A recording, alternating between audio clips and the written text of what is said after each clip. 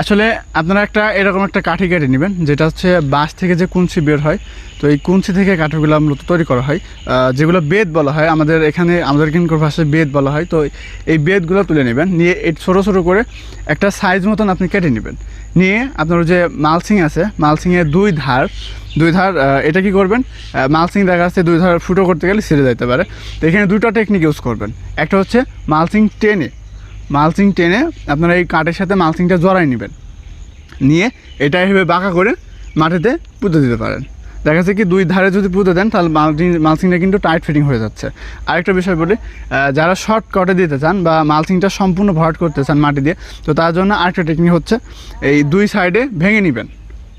একটা ছোটো একটা বড় ভেঙে নিলেও হবে বা সমান করে ভেঙে নিতে কোনো সমস্যা নাই। তো এটা আমি ছোটো বড় করে নিয়েছি, মানে যে সাইডে লুজ মাটি সেই দিকে আমি বড় দিকটা দেবো, আর যে সাইডে টাইট মাটি সেটা আমি এই ছোটো টুকরো দিয়ে আমি এটা গাছে দেবো। এটা হচ্ছে মালসিং দুই হাতে টানিয়ে নেবেন, নেওয়ার পরে এটা এরকমভাবে পেলা করে এটা মালসিংয়ের ভিতরে স্থাপন করে দেবেন।